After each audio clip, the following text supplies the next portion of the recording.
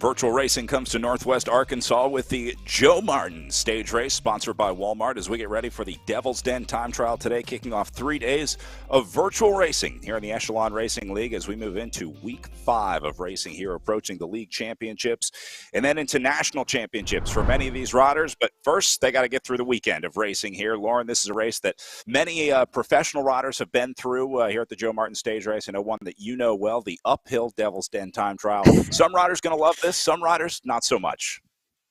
You know, as a sprinter and never really a time trialist at heart, I enjoyed time trial days because I could actually kind of just ride easy. So, but Joe Martin, the Devil's Den, you never can ride too easy, can you? Because it's just basically uphill. So it's a heck of a start for this race, and I'm excited to see how everybody plays out today and into this weekend. Getting ready for our North American starting slot, right? We did have a European starting slot earlier because of our international field. We offer an earlier start slot in the day so that those European riders have a chance to get their starts in. Had some fast times. These may be able to survive all the way to the end today because we saw some really fast times in the men's race from riders like Ben Thomas setting blistering times. Will Harden had a good ride out there as well for Project Echelon, setting an early fast time off the front, but it ended up being Thomas with a crushing 6+ watts per kilo. Now, Lauren, this is a short enough climb that you should be able to do a relatively high number. We're going to see a higher average watt per kilo today because of the shorter course, the shorter time that they're on the bike. Yeah, which requires a bit more of a warm-up, too. It's such a short, intense effort, and it hurts so bad. So, yeah, having a longer warm-up is definitely going to be fortuitous for anybody trying to do well in this race. So Davenport setting a good time as well. And then it was David Millam up next to roll across the line for the Hugh Dog racing team here. But Gonsalves was an early leader. Blodgett and Harden had good times as well. You see that leaderboard on the left side as Gonsalves made his way across the line with a blistering 5 watts per kilo across. And then it was Blodgett from Restart Racing behind him up next. Also had a good time on the day. You see his running time up in the upper right-hand corner at just over 10.5 minutes. So that's a good average time. Most of these riders could be somewhere between 10.5 minutes on the day. You see Will Harden finishing up here just under 10 minutes with a 9:47 on the day for him. So some pretty incredible times. That put a lot of riders on notice for the day today. I think impressing some riders in the afternoon session here as you take a look at Ben Thomas with 6.7 watts per kilo on his average. Zach Nair does 6.1 with a 9:21. But Thomas was the only guy to break the 9-minute barrier in our European session earlier today. So I guess that'll be the benchmark for the day. Does anybody else go under 9 out there? Ouch. What a heck of an effort by these guys. This is 6.7 watts per kilo is intense. Well, this is certainly a much different course than we've really seen for a lot of the season. I mean, we haven't seen an uphill time trial yet this year. We haven't seen an uphill short distance, so it'll be interesting to see how riders like Jaden Yeager do on this one. Zach Nair, you saw on the earlier session, had a good ride in second place overall here in the series for Project Echelon Racing with just over 1,200 points, and then Brad Bickley sitting in third. So these are some of the names to watch, but really all the names we expect. You see Ben Thomas there sitting in fourth place overall. Kevin Bouchard Hall has been on fire the last couple weeks here in the Echelon Racing League, moving him into fifth place overall with Restart Racing. And then we'll also be looking at Matt Usborne. Harden took the earlier start on the day, and then Hogman, Clace, and Mason Roca, last week's winner, may have a shot out there today as well. So those are the names to watch. I think Jaden Yeager might be the biggest question because Yeager is a big guy on the bike, right? This uphill time trial is not really great for a big diesel engine rider like Yeager. No, but it is short enough, Brad, to, that Jaden could probably put out that kind of effort for that short amount of time. But I've got my eye on Kevin Bouchard Hall and Roca kind of is my picks for today. Just this, like I said, this uphill time trial. This is more their kind of race for the weekend. See Eric Hill out on course right now for the Project Echelon team. Maybe the perfect name for the day today because Hill is about 80% of what you're doing out there. It's pretty much up from the gun, and then it does flatten out a little bit as they get across the top of the time trial course today. Yeah, there's no reprieve in this day, is it? I mean, it's just straight up from the gun. It's almost kind of like track racing. If you go out too hard, there's no recovery, and so you have to really monitor your effort today. But then again, it's such a short effort. Like you just have to expend every bit of energy you can. Taking a look at Mike Swart as well into the red as he goes about halfway up the climb. You can see in the upper right corner the elevation profile, and well, it's pretty consistent, up, and up some more at about 5% on the way up.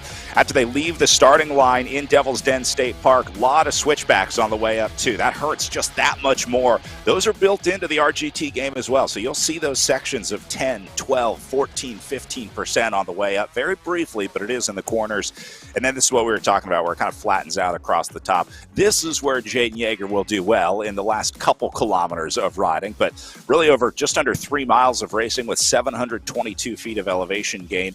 The max gradient, now it measures the max gradient for a certain distance. So if you have a very brief section like on a switchbacks, it will not measure the max gradient there, but it does go up over 15% at some points. And then you see our VeloViewer profile here presented by Strava. It gives you a pretty clear idea of just how much climbing is in this one. But the yellow and orange sections, obviously the more painful sections on the day, Lauren. That just looks brutal. And, you know, for Kevin, Bouchard Hall or Roca, they're looking at the yellow and being like, yeah, that's where we're going to make all of our time. And Jaden Yeager, he's looking at the blue to be like, that's where I'm going to make all my time. So different race strategies for the different guys for sure today. Yeager warming up right now, getting ready. You talked a little bit about this. On a short time trial like this, the race really starts 20, 30 minutes, something like that before. How long is a warm for a time trial like this?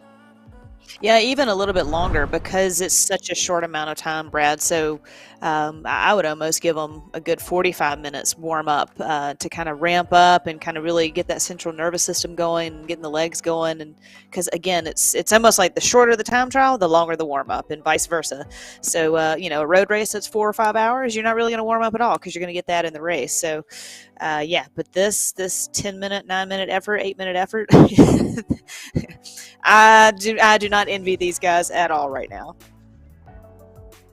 Look at John Cooper on the way in now for Triple X Racing, hitting his halfway mark at a steady 6% gradient here. I would guess you'll see a lot of riders standing up today because this is tough enough. And again, the smart platforms that these riders on, if you're not familiar with RGT, it does mimic the resistance of riding uphill on the trainers that these riders on. So there's a variable resistance as the hills increase and decrease in the game here. So you saw Cooper out of the saddle, just trying to turn those cranks over. It's just like riding in real life. It feels like you're riding through quicksand out there going uphill. John Cooper had the fastest intermediate split at 7:02, so we'll keep an eye on that. That'll be sort of our split here. The split is taken just at the top of the climb. I think that's where we're going to have the best idea of who's doing the best on the day. So we'll see Cooper through there. And another interesting point is... Sorry, Brad, you're talking about how some of the riders went earlier today, and if I remember right, Jaden Yeager went early at the Tour of the Gila, and that kind of sets you up for the weekend, just kind of, you know, if you can get some recovery into the afternoon and then set up again for tomorrow. So it'll be interesting to see. I think this is a short enough time trial that it won't take too much out of your legs like Gila probably did.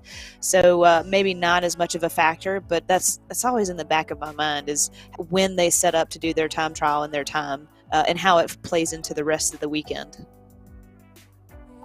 A little bit of strategy even involved in your starting time on the day with a couple options. Looks like Swart going to be joined by, I think is Luke Ahrens behind him. Ahrens seems to be making a strong push on the way up here. I think that's above and beyond cancer jersey. Here's Swart, Restart Racing rider. He's down in the dungeon. Also out of the saddle here. Yeah. At least he put the black cloth up. I want to know what's behind that. Swart looks like he's got a rocker underneath him. Look how much he's moving that bike side to side underneath him. That's got to be a blessing on a day like today. If you're a rider that stands up a lot and that's your style, that's almost necessary to do this. Agreed. You can use a little bit of the upper body to kind of throw the bike around and counter each pedal stroke. So every little 1%, 2% matters. And if you can use your arms a little bit to counter your legs, it all works. I see some riders with the lower cadence, mash for the cash, as they say, or some riders with a higher cadence, spin to win. It's the prevailing knowledge. My favorite motto. Yeah, you were not a big gear rider in your time. This would be one Never. where you would spend. Maybe that's why I didn't like this course so much. Exactly. I like a nice chill 3 to 5%. Nice to see the billboards along the course for John Cooper. Some fans cheering him on as well in our virtual world here on RGT. Devil's Den State Park, located in the Lee Creek Valley, part of the Ozarks of Northwest Arkansas, which has rapidly, Lauren, become a hotspot of cycling. I know you are fresh back from Cyclocross World Championships there, and it seems like they're just getting started with Cross World Championships. It's unbelievable there, Brad. I can't tell you how amazing last weekend was. You know, having Worlds in the U.S. first and foremost, and then second, just having it there at the home of Walmart, essentially.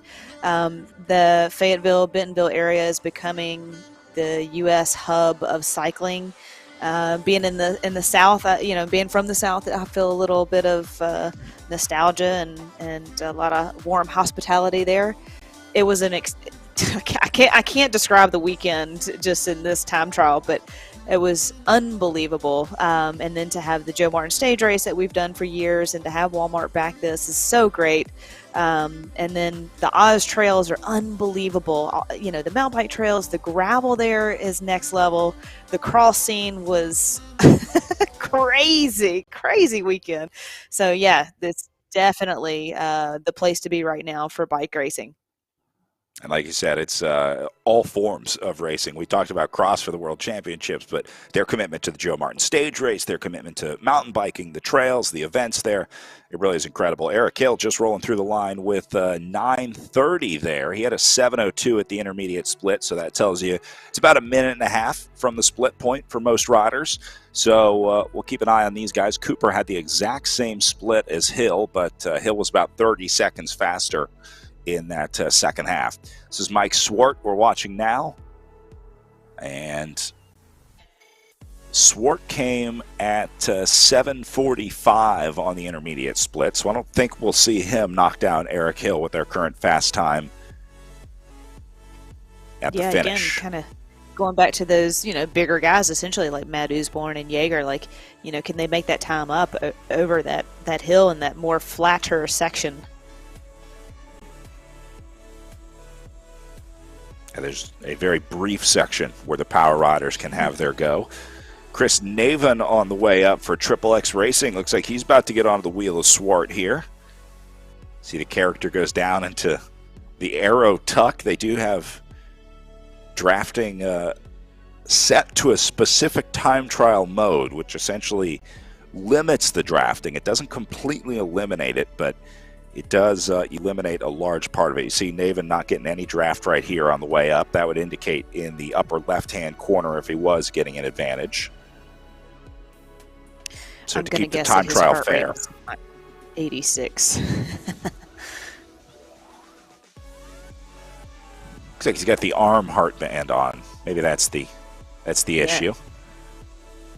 See his goals list on the board to his right. He's got the Echelon Racing League, the Echelon Racing League Championships coming up.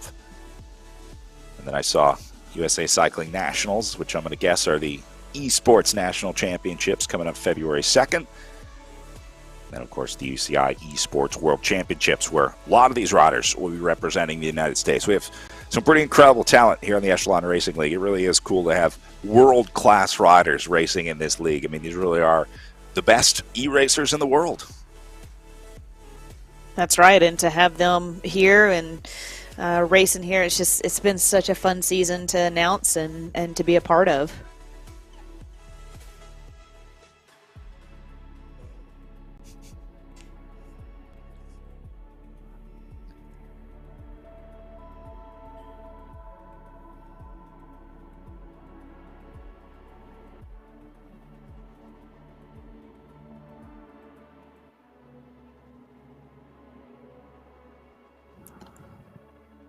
Just want to point out Chris Naven here just finished up his ride, and as he finished, he added another line.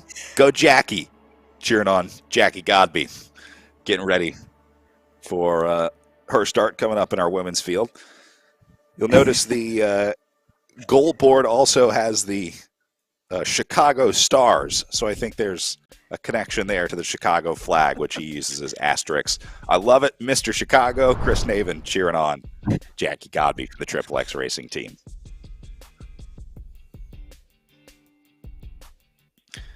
Matt Usborne with a strong finish here on the way in.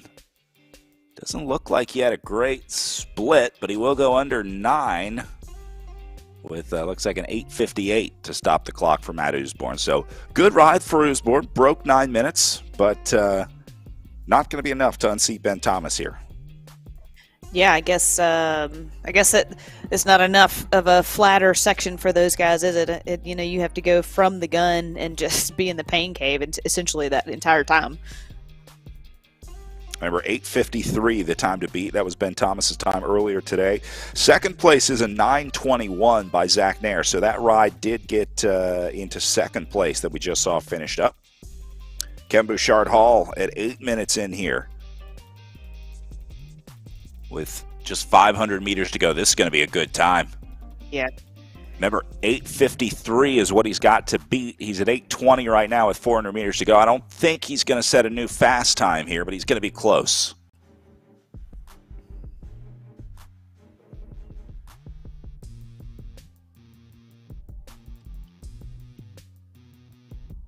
We're used to such fast finishes here in RGT, watching the road race and criterium finishes.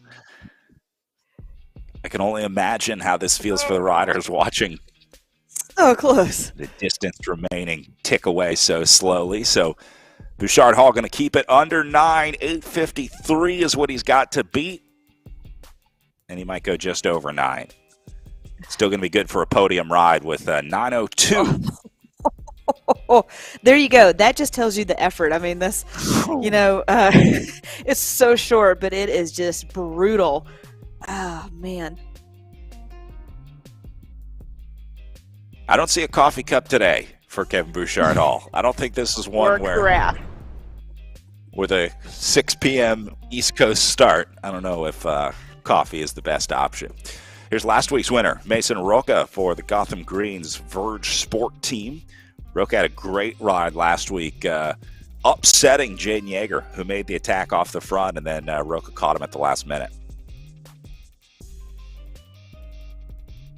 You may see a little bit of change up in things just if people are gearing up for nationals and into worlds. They could potentially be just kind of resting through this race, unfortunately, or had a rest block. So trying to now come out of that rest block. So we may see a whole bunch of shakeup this weekend on this race. And some riders will come into this fresh as well. Some new weeks of racing here in the Echelon Racing League. Teams can rotate different riders through. Obviously, that wouldn't do it for the overall, but they can bring fresh riders in. Taking a look at Ridnour on your screen now. The Canadian had the 10th fastest intermediate split as he tries to keep it under 10 here on the line. And that'll still be close to a top 10. 6 riders did a sub 10-minute ride earlier today, and I think we've seen 3 already through. Randy Warren through as well. Triple X Racing doing a 12:44. And then we'll see Ridnour in. Here's Travis Samuel up next, the Above and Beyond Cancer rider. This will be a good time. Right around 9:45 for Samuel.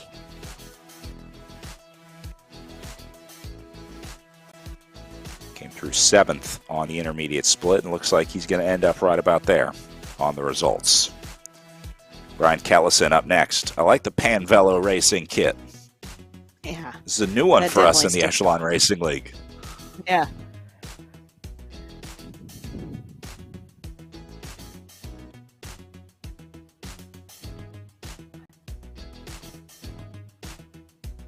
Kellison onto the 7% gradient here Probably the worst time for the hardest gradient to come right before the finish line.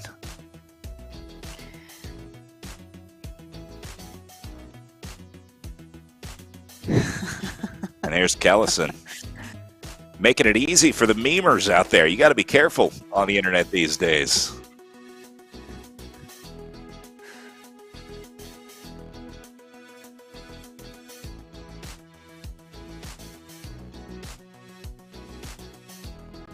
He's got the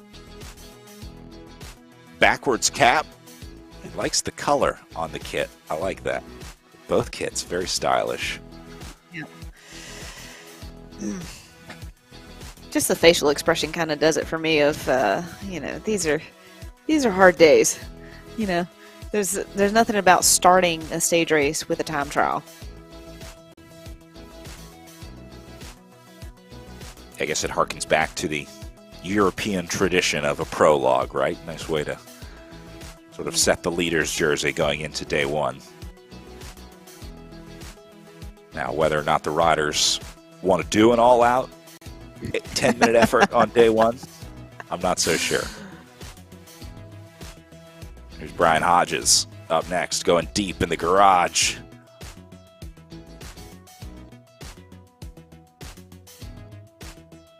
Hodges got a nice little Zwift setup here. He's got a little service bay over here off to the side of the garage.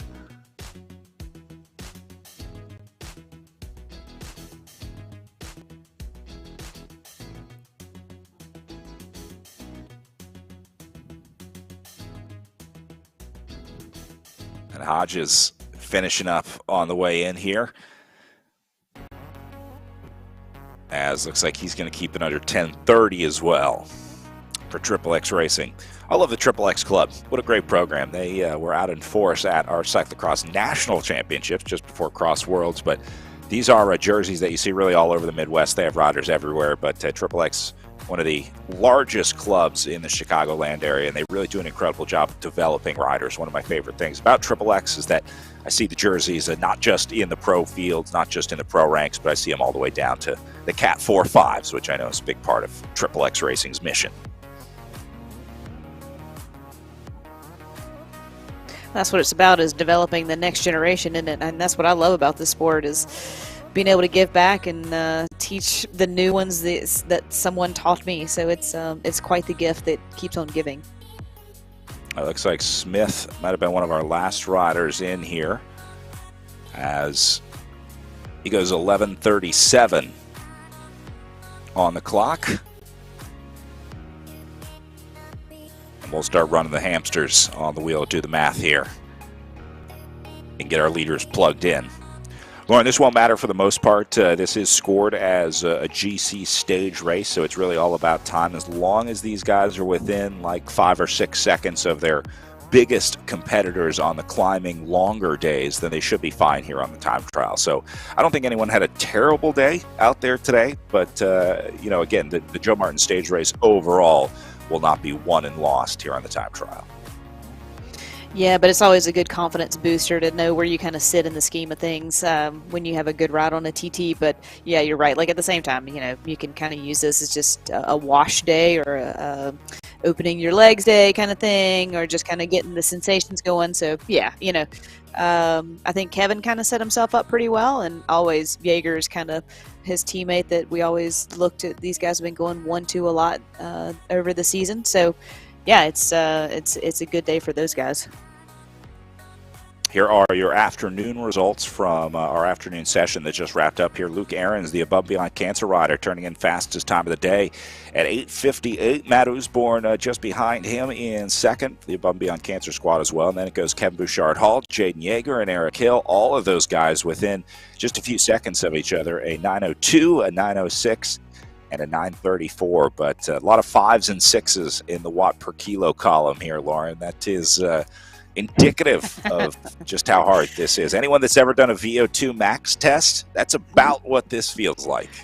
It's vomit. Those numbers are vomit, and that's what I'm saying. Is like you have that small time of an effort, but that watts per kilo, it just no, thank you. Yeah. And now, like you said, obviously time to recover and get back to it before The long stage race is tomorrow, where this one is going to be much different. So I think a lot of these riders that you see in the 4th, 5th, 6th, 7th, 8th position, those are guys that are going to be targeting stages 2 and 3 of the Joe Martin stage race.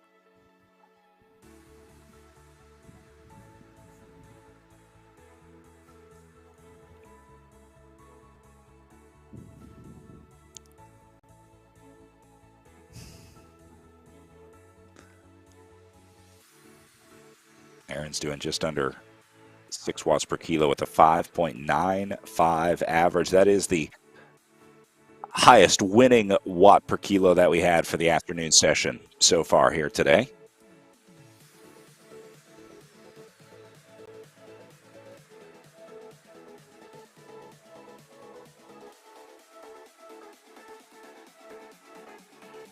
Sounds like we're trying to get a lock on Aaron's finish time, which shows up into our system as 0, but we'll get confirmation on that. What we do know is that most of the guys in the GC are doing just fine here, right? Most of these guys are going to be within 10 or 15 seconds of each other here. And this is about what we've seen kind of all season too, is this stacked group in the top 10 like this. So no surprises, I don't think. No unknowns that have just popped up out of nowhere. So yeah, it should be another good weekend of racing. Well, Lauren, as we wrap up our men's field here, getting ready for our women's start, first one coming in just over 30 minutes from now.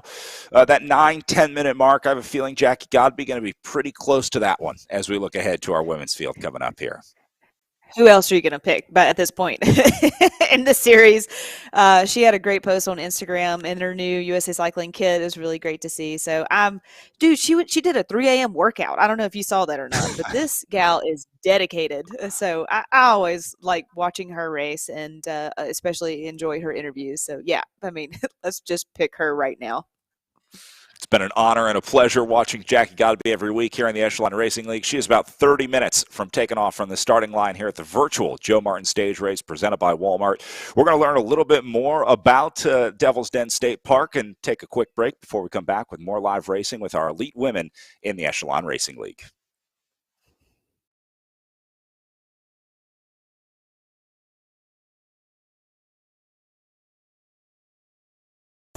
Hello and welcome to Devil's Den State Park. My name is Miss Dina and I'm one of the park interpreters here at the park. Today I'd like to invite you all on a virtual hike through the legacy of the CCC. We will spend about 10 minutes virtually exploring the park's CCC Interpretive Trail to discover some of the most important historical resources here at Devil's Den State Park, work done by the CCC. Devil's Den State Park is a special place set aside to protect and preserve the cultural resources, like our CCC history, of this unique Ozark Valley in northwest Arkansas. So I've mentioned CCC a couple of times. Can you guess what CCC stands for? If you guess CCC stands for Civilian Conservation Corps, you were right. Today's hike will take us through the main CCC camp where 200 young men stayed while they were building our park. As we walk along the footsteps of the CCC, we become part of the park's legacy. Let us now explore that legacy.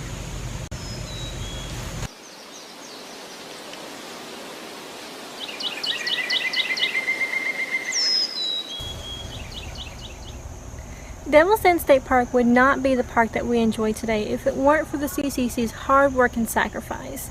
The Civilian Conservation Corps was formed by Franklin Roosevelt in the 1930s Great Depression era as part of his New Deal project. He formed the CCC for two main reasons. One reason was to give young men work during these hard times so they could support their families. The second reason was to build up these conservation areas like state parks and national parks. The type of work that the CCC boys did while building the parks was building the trails, such as our Devil's Den Trail, Lake Trail, and the Yellow Rock Trail. They also built the roads into the park so people could come down and enjoy this beautiful place. They planted trees and built recreation facilities like our cabins. We will actually get to see one of our cabins today here in just a few minutes. It was hard work building the park. Those of you that live in Arkansas or live in the surrounding states, you know how hot it can get here in the summertime. You also know how cold it can get here in the wintertime. Now, imagine being a CCC worker working in these outside conditions, the heat of the summer, the cold of the winter, doing this for $1 a day. Yes, just $1 a day. That's how much they were paid. I'm guessing most of you make more than $1 a day in your weekly allowance or paychecks, so $1 doesn't seem like a lot of money to us. But it was a lot of money back then, especially during the Great Depression era when there weren't a lot of jobs, not a lot of ways to support your family and to put food on the table. So the CCC was a good project to bring America out of the Great Depression era. All of our young men working in the CCC were aged 18 to 25 years old, and they were unmarried. At the end of the month, a CCC worker was paid his $30 paycheck, but $25 was sent home to his family. That's how a lot of families were supported. If they had a son or an older brother working in the CCC, their family was being supported. The extra $5 the CCC worker got to keep for himself. He usually would save it up because he was staying here and living in the CCC camp. He didn't need much. He was well taken care of. He was fed 3 meals a day. He got to stay in barracks. They gave him work uniforms and even 2 pairs of shoes. So life was pretty great here, despite the hard work that they were doing. Let's walk further down the trail to see where these young men lived and worked and talk about some of their daily routines.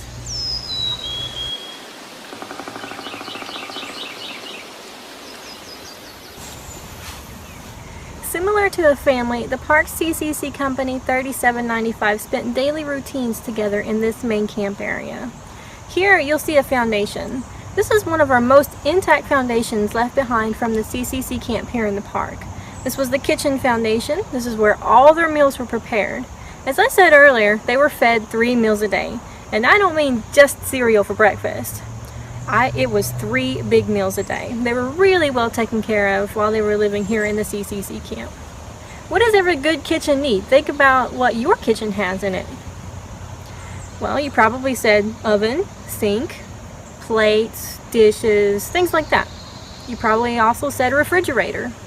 Most of you will have a refrigerator in your kitchen. Well, back in the 1930s, we didn't quite have the refrigerators that we have today. Instead, the CCC camp had a root cellar. You can see the root cellar here on the CCC Interpretive Trail. This is where they kept their food, like fruit, vegetables, and meat. Everything in this camp was kind of close together. It was really accessible and convenient.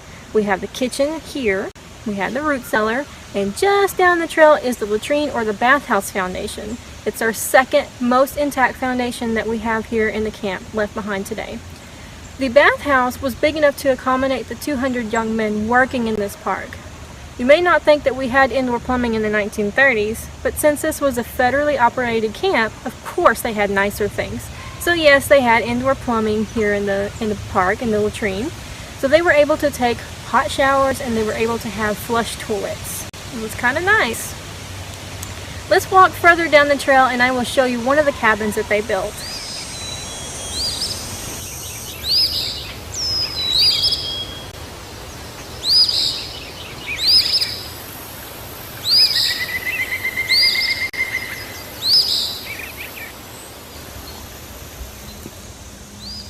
The CCC built structures you see in the park were made of natural materials found in the area and were built to last lifetimes.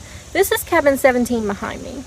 You'll notice that the foundation of the cabin was built using the native sandstone from this area, and the wood siding was made of wood from this area.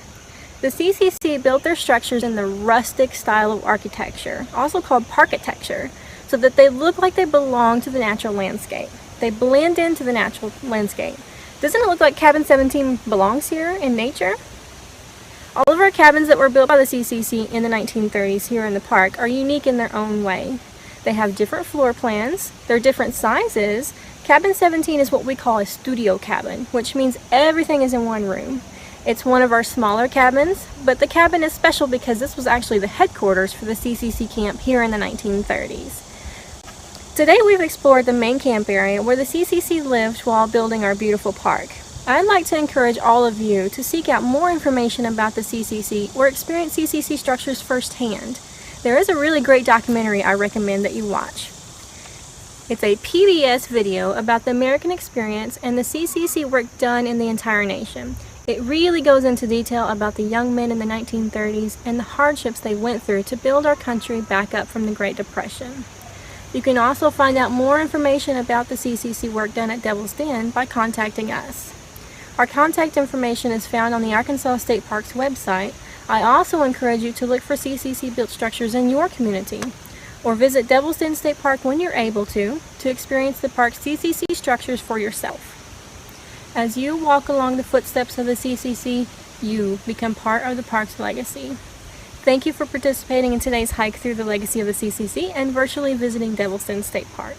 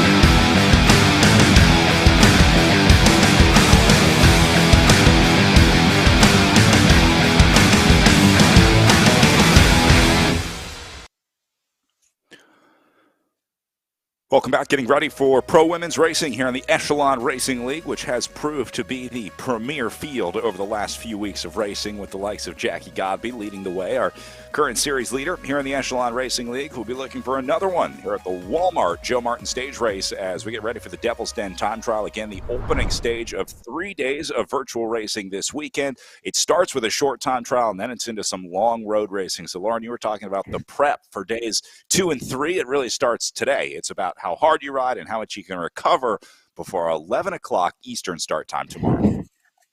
No doubt. As a matter of fact, I just looked at social in between the races, and one of the guys messaged me and said, that hurt. So that short effort is brutal this afternoon.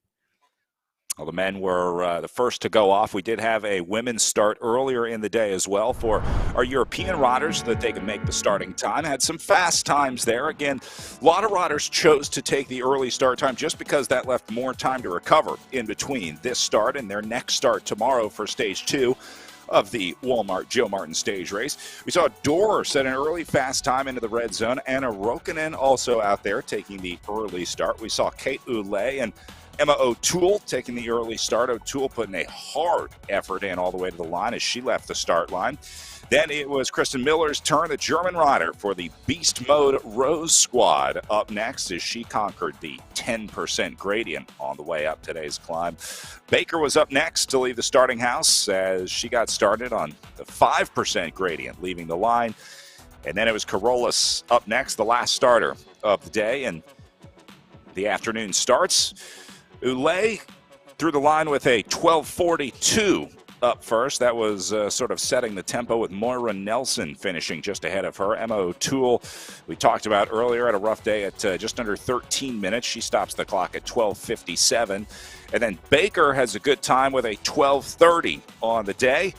And then we saw Rokkanen coming in just behind her, right around 14 minutes. So Kim Miller ends up setting the fastest time of the day with an 11:42, and then Nelson at 11:50 and Carolus at 12:10. So those are the 3 fastest times set earlier in the day today. But with a name like Jackie Godby on the starting line, I have a feeling that 11:42 will fall today. And mobs. I mean, somebody else that we've kind of seen come in late in the season and really put a great performance in. So you're right. I mean, I think these 2 riders this afternoon are probably going to blow these times probably out of the water, Brad. Again, this was from the early morning session, so only 8 riders taking that start with 11:42 being the time to beat. So we'll put a big old circle on that number and see how quickly it takes for that to fall, if it does, in fact, fall. Series standings coming into week 5 of racing here in the Echelon Racing League. Jackie Godby widens her lead over Erin Ayala, who has now moved into second place overall from Velocity Vixen team.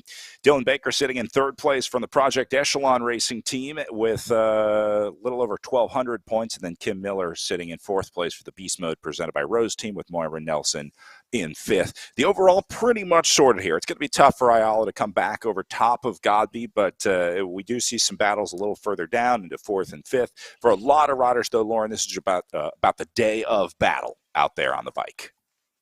Yeah, no doubt. And, just looking at Godby and Aaron, the 2 of the most consistent riders all season, depending, even though that Aaron has basically been third, fourth all season, but this just that consistency has put her in second place right there.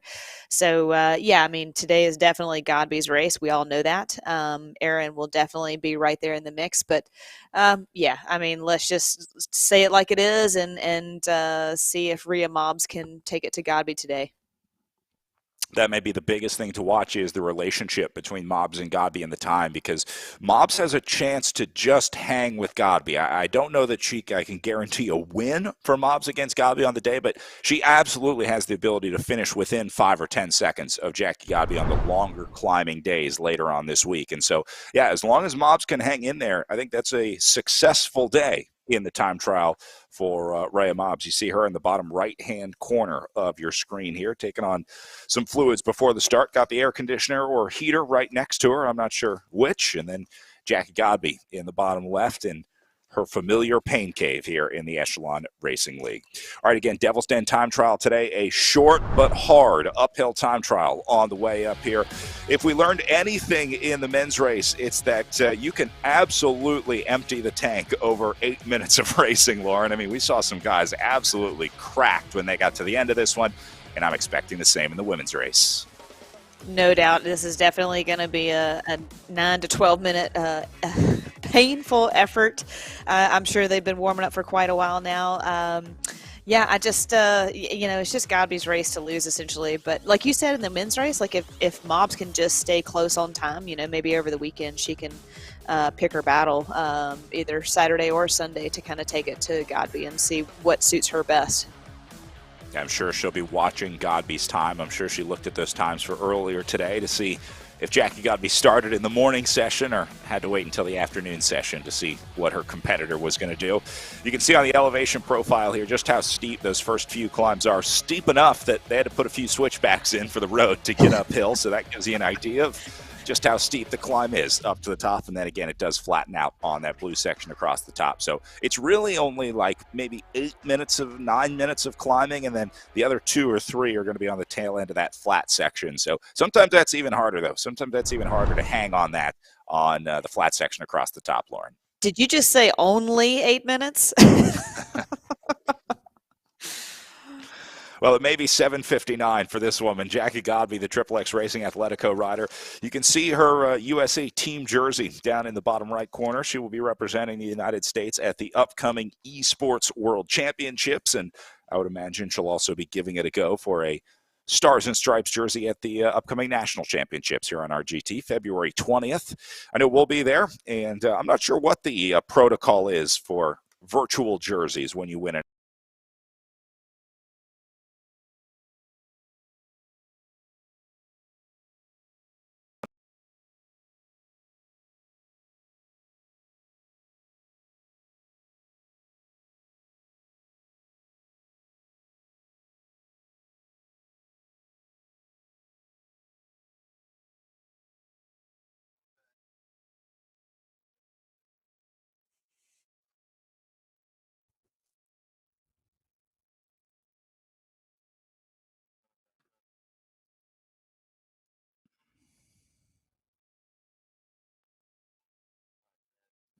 Sorry about that. Looking at Jackie Godby getting ready to take her start in our SIS Zoom room. She's underway right now. Godby out of the saddle on the way up the hill.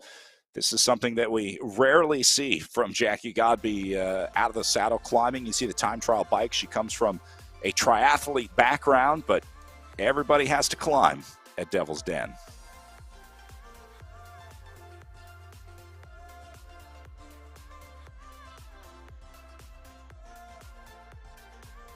Lauren, I imagine very similar in real life. When you leave the starting line from the time trial here at Joe Martin Stage Race, you're pretty much standing up immediately. I mean, there's a little bit of a run into it, but once that starts climbing, even a rider like you who likes to sit in and spin as much as they can had to stand up every once in a while on this climb. I guess I would say that it's almost like controlled chaos. You are about to just put yourself through something that's not comfortable at all, but you have to go to that place as soon as you can.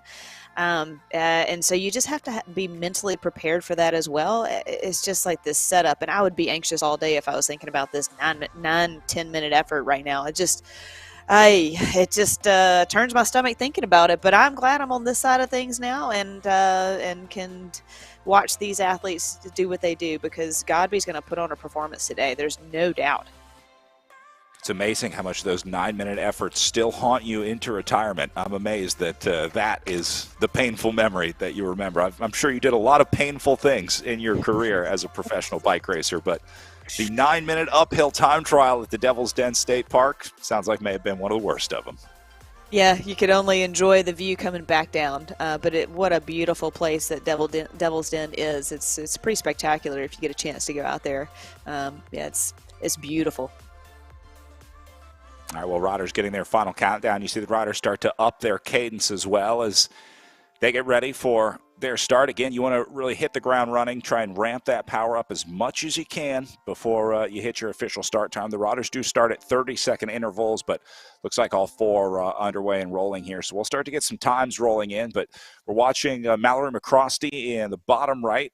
We're going to pick up Jackie Godby here, the rider in the upper left-hand corner of your SIS Zoom room. And here is your odds-on favorite coming into the day today.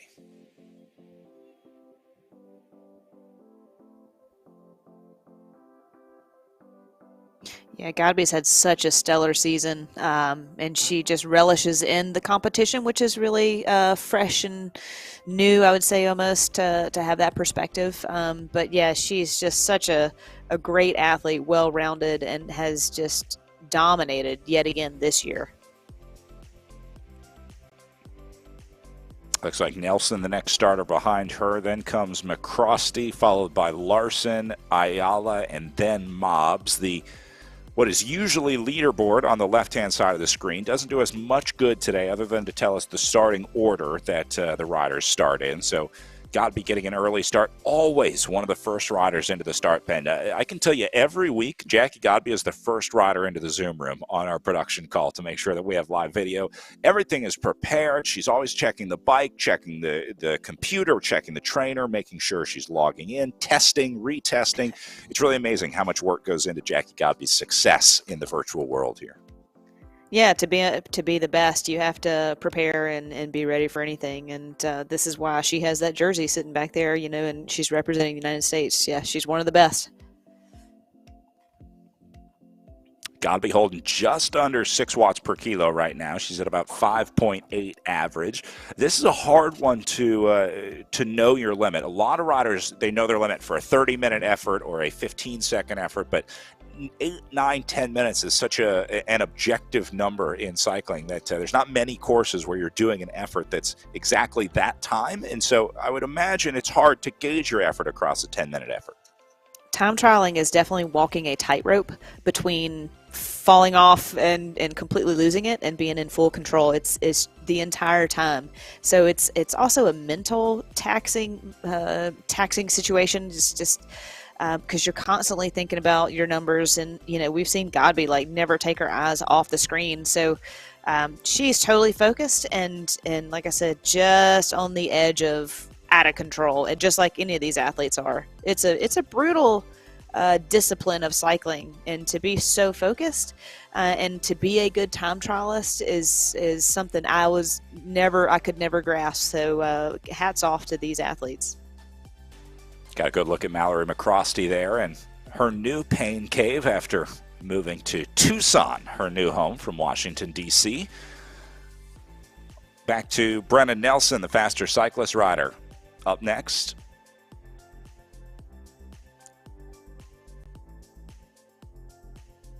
And then this is up to Rhea Mobbs. This is another pre-race favorite coming in. Looks like Mobbs has already caught her 32nd rider with Nelson up the road. Remember, riders start at 30-second intervals today. So Mobbs has gone through one rider, and that usually means she's on pretty good time. What I'm watching is the watts per kilo, doing right around 6. So she is exactly where she needs to be. And, well, it looks like she's going about as deep as she can right now. Do you think Mobbs is somewhere in the States at this point, or do you think... Because am I doing the math right? That'd be a kind of a late night, huh? Yeah, that looks like PNAC to me, though, so we'll see. It would be just after midnight in the UK right now. We're at 7:09 Eastern time, so yeah, that's 12:09 over in the UK. A little late night trainer session for Rhea Mobbs.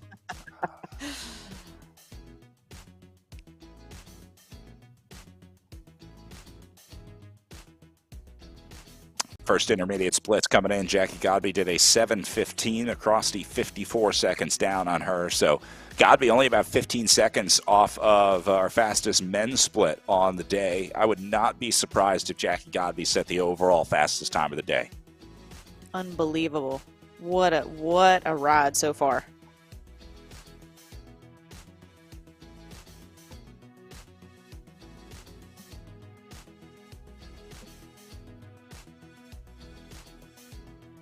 And looks like Mobbs just set a new fastest split. Yeah.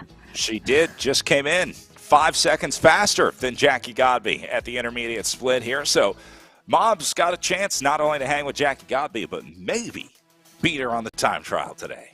Holy smokes. Yeah, Mobb's been coming in this late season, and she got a win a couple weeks ago. So this is getting exciting, Brad. Godby is getting some good competition.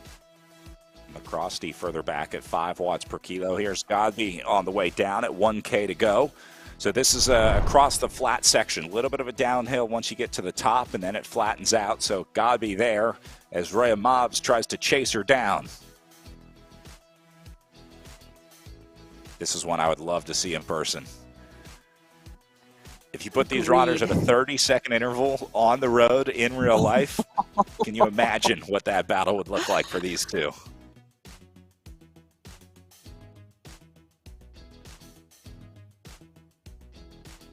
And Godby and Mobbs both going deep on this one. Mobbs has stayed in the saddle a lot.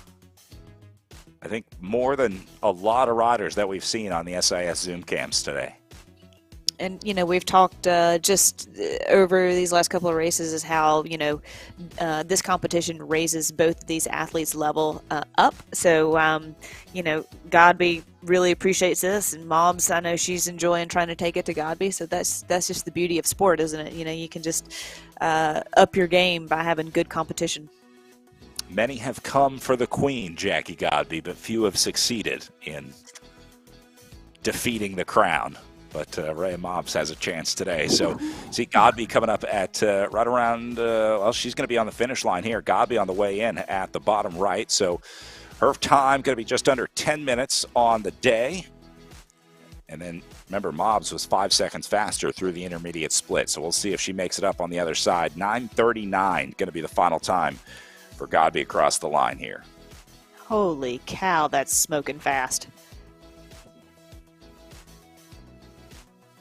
And now maybe a slight advantage for Mobbs to at least be able to see that time off the road and have somewhat of a target to hit, although she's only got 2 minutes to do it, so it doesn't really give you much time to adjust your strategy. Mobbs has McCrosty in her crosshairs up next.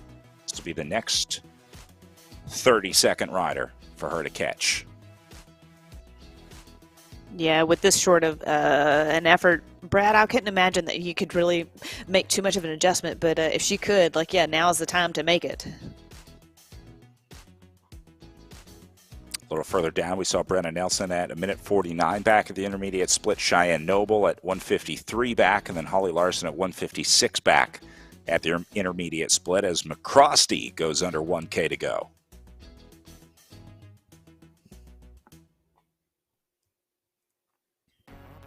She's going to go into the red zone here as well. Mobbs going to be just behind her. In fact, there's the shadow of Mobbs coming into sight right now as Mobbs goes into the red zone, blows right by her. So we'll see if we can move up and catch Mobbs' time. In fact, that's going to be her gameplay in the bottom left-hand corner here. So she's at 8:40 right now with 600 meters to go. She is certainly poised to break Jackie Godby's 9:39 here. It's going to be close.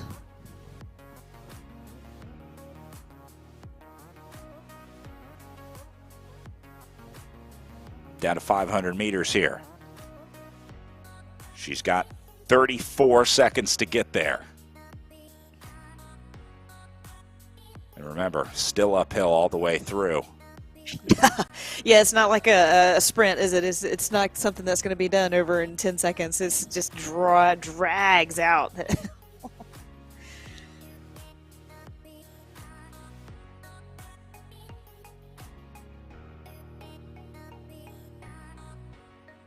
She'll come up at so close.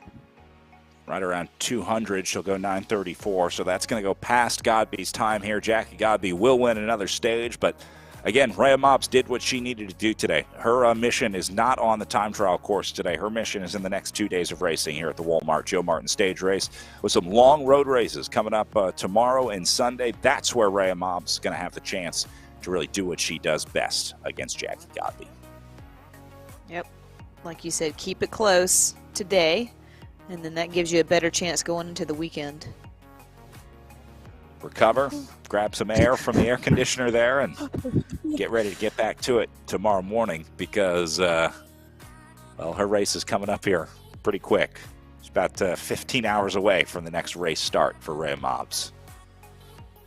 And she's got to and you get do to bed such in an there at effort some like point. that. Yeah, that's what I was gonna say. It's like you do an effort like that. How do you just then now go to sleep? It's being a crit racer and doing some of these criteriums late at night. It's really hard to turn around like that. But yeah, maybe she has the gift. Here's Erin Ayala making her way in up next at 500 meters to go. Just over 11 minutes so far for Ayala in second overall. I think the game for Ayala this weekend is, one, seeing how long she can hang with that front group because she's always there. She can always get into the group. It's just a matter of how long she stays with them. And then, two, she always manages to find a battle in the race, right? Ayala always finds someone to lock into and some goal, some rider up the road to lock in. So it'll be interesting to see what that race is like in our women's field in our next 2 days of racing at the Walmart Joe Martin Stage Race. Brad, you're exactly right. And sometimes I would say some of her race situations that she's been in, she's probably learning a bit more by being, third, fourth, fifth place than being up the road with Godby or Mobbs, essentially, because you learn, how to attack these competitors or how to sit in. So she's probably learning a lot on the game, even though she is sitting, third, fourth, or fifth position and second overall now. Ayala through at 12:13 as she'll stop the clock. That leaves Larson and Noble out on course. And looks like Larson will be in next at 200 meters to go for her.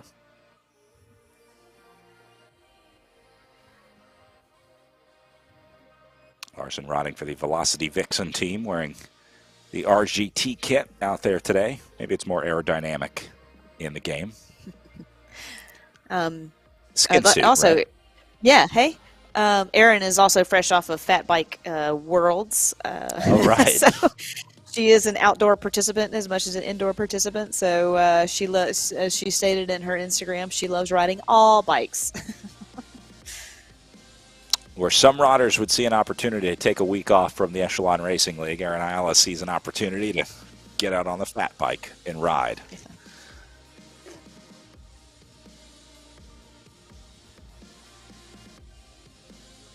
Picking up Noble on course now at 500 meters to go. Sounds like we've got Jackie Godby in our SIS Zoom room, so let's grab a word with our winner today in our women's time trial at the Devil's Den State Park. Thanks, Brad. I'm here in the SIS Zoom room with Jackie Godby, who had the fastest time in our time trial. Jackie, tell us a little bit about that time trial because that was tough. That was tough. Tough is an excellent word for it. So, this time I had the advantage of getting to watch my husband, John Cooper, go before me. I hope you guys got to see him lead off the men's race. And, that was a learning experience for me. Like, I got to watch his face as he went through it.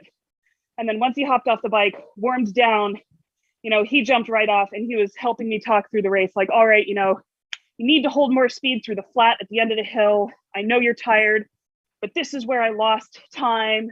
And, really walking me through parts of the course that when you're that deep in the pain zone, you don't have the mental capacity to process yourself. So, it was tough, but it was also a group effort. And I really want to thank John for all his help.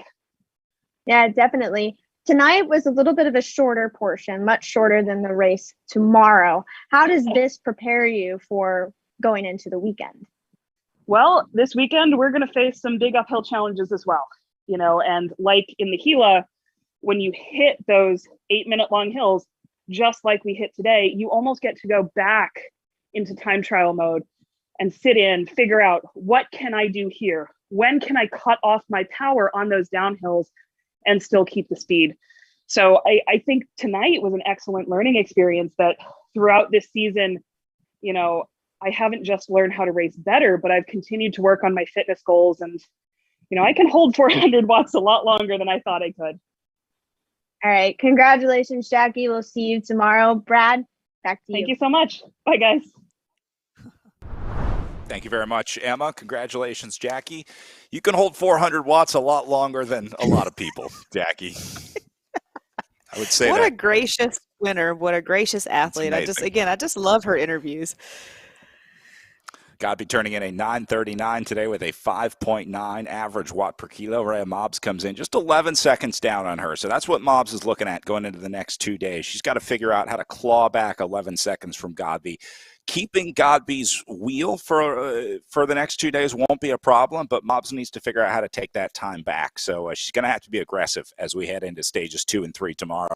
Now, in third place for the Project Echelon team, minute 58 back. Then Aaron Ayala ends up fourth place for the Velocity Vixen team, just ahead of her two teammates, Cheyenne Noble and Holly Larson, in sixth and seventh, with Brennan Nelson slotting into fifth place for the Faster Cyclist team. So 5.9 watts per kilo for Jackie Godby. Another win in the Echelon Racing League, and we're just getting started this weekend at the Walmart Joe Martin stage race. So much longer days tomorrow. Lauren, she called it just like doing the time trial. It's an 8-minute effort. It's just, 20 minutes of those for, a couple hours tomorrow. It seems easy for Jackie Godby, doesn't it?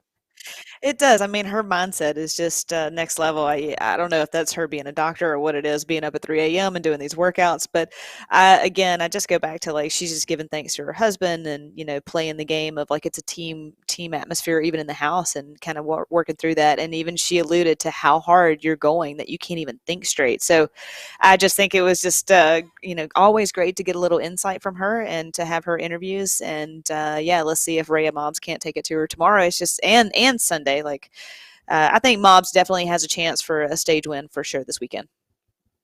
Team Godby wins again here at the Walmart Joe Martin stage race. Again, racing resumes tomorrow, 11 a.m. Eastern for our pro men, and then our pro women will be following that for some much longer days of road racing coming up. So getting down towards the end of it as we wrap up week 5 here at the Joe Martin stage race, just ahead of the league championships coming up February 12th. But first, 2 more great days of racing coming up this weekend. So for Lauren Hall, my name is Brad Soner, saying thanks for watching the Devil's Den time trial today for stage 1 of the Walmart Joe Martin stage race. We'll see you back here at 11 a.m. tomorrow for stage 2.